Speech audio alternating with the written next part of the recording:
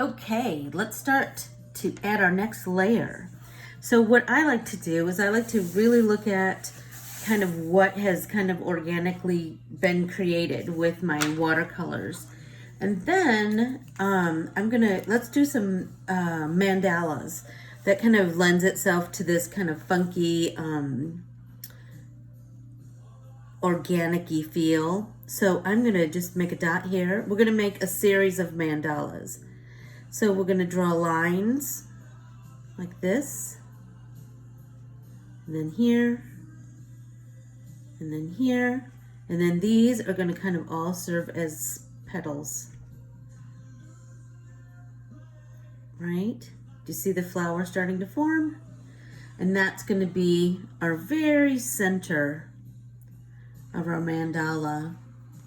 And then I like to do this, make some points. And if it's, you know what, this one's just freehand, it's just an exercise in creativity. Don't let it get too precious, as the great Elisa Burke seems to say.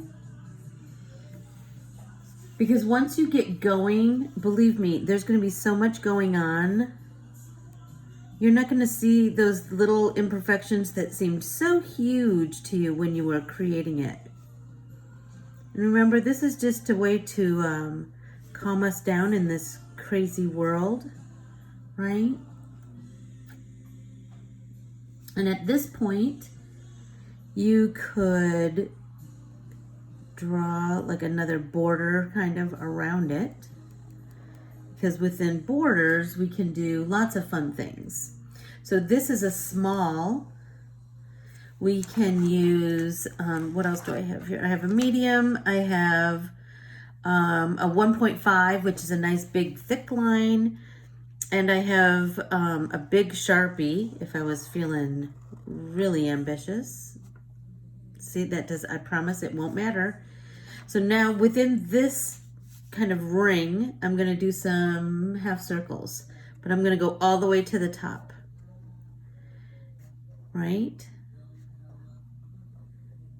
And our goal is to have this really nice black, crisp lines, contrast a really organic, flowy background with the watercolors, right? Well, we're gonna add lots of details to that, but let's find another spot for another mandala to start. So let's do one right here in the pink. But I'm kind of in the pink and the orange, and that's very cool. Now we're gonna do our lines.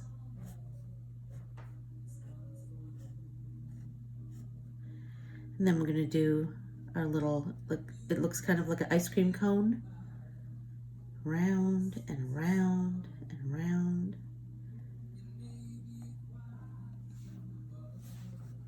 And then we're gonna do our points. I'm sure there's a special name for these. I don't know it.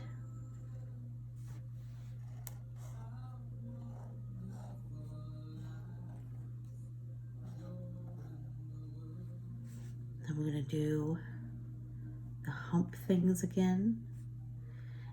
And the goal is to have these all eventually meet each other, so then they're kind of connected in this weird cosmic artsy kind of way. And let's do another one down here. Can you still see that? And do our lines.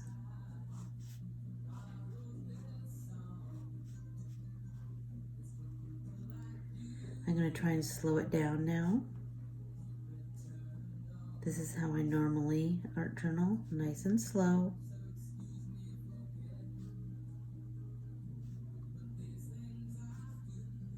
Right, now we're going to do our points. And I am going to do what I should have been doing from the beginning.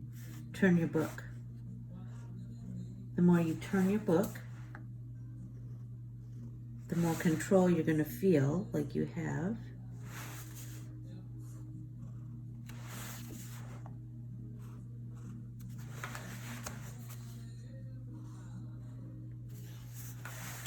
And I know it looks really funky now, but I promise by the time you get done with your mandala, there's going to be so much detail and so much going on. You're just going to see beauty.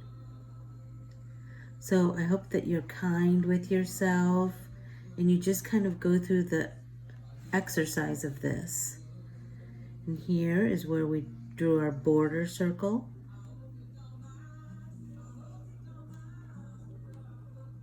Right? We're going to do one here too.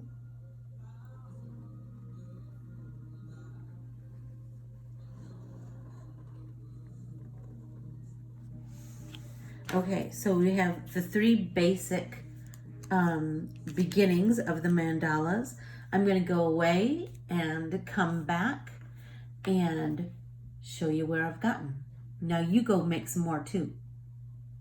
See you in a bit.